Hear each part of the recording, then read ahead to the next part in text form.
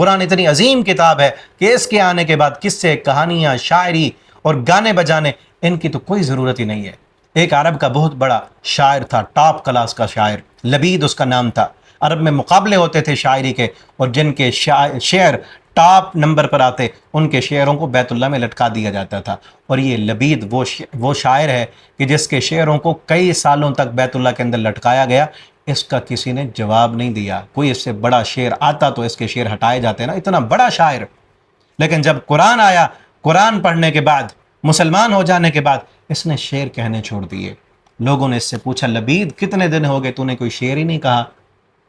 وہ کہتا ہے ابعد القرآن، کیا قرآن کے بعد بھی ابھی بھی ضرورت باقی ہے میں شعر کہوں؟ اتنی بڑی فصاحت و بلاغت والی کتاب، اس کے آگے تو انتہا ہے۔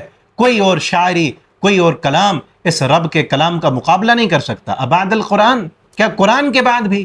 اور ہمیں بھی آج نصیحت ہے نا، وہ شاعر عرب کے ٹاپ کلاس کے شاعر، انہوں نے شاعری چھوڑ دی، انہوں نے لطیفے چھوڑ دیے، انہوں نے کہانیاں چھوڑ دیں، انہوں نے شعر کہنے چھوڑ دیے۔ اتنے ٹاپ کلاس کے شاعر تھے، شاعری ختم کر کے سب کچھ کو پس پشت ڈال کر قرآن کو سینے سے لگا دیا۔ لیکن آج کئی لوگ قرآن کے بعد بھی گانے سن رہے ہوتے ہیں۔ قرآن موجود ہے پھر بھی میوزک سن رہے ہیں، قرآن موجود ہے پھر بھی گاڑیوں میں میوزک چل رہا ہے، گانے بج رہے ہیں، انڈیا کے گانے چل رہے ہیں۔ ویسے کہتے ہیں دشمنی ہے ہماری انڈیا والوں سے، وہ دشمن ہیں ہمارے، لیکن گاڑیوں میں گانے انہی کے لگائے ہوئے ہیں، فلمیں انہی کے دیکھتے ہیں۔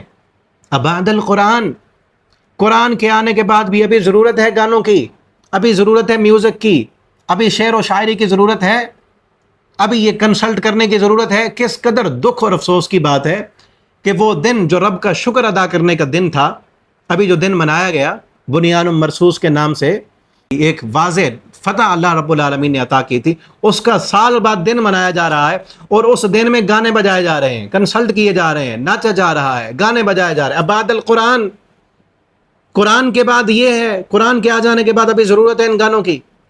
اور پھر جس رب کا نام لے کر اللہ نے فتح دی تھی، جس قرآن کی آیت کو مختص کرنے سے، بنیان مرصوص، قرآن سے نام لے کر، قرآن سے نام اخذ کرنے کی وجہ سے، نعرہ تکبیر بلند کرنے کی وجہ سے، اس ایمانی جرت کی وجہ سے اللہ رب العالمین نے فتح عطا کی تھی۔ اس رب کا قرآن پڑھتے نا۔ بعد القرآن، قرآن کے بعد بھی کیا ضرورت تھی اس میوزک کی، اس گانے کی، جس قرآن کی برکت سے رب نے فتح عطا کی تھی۔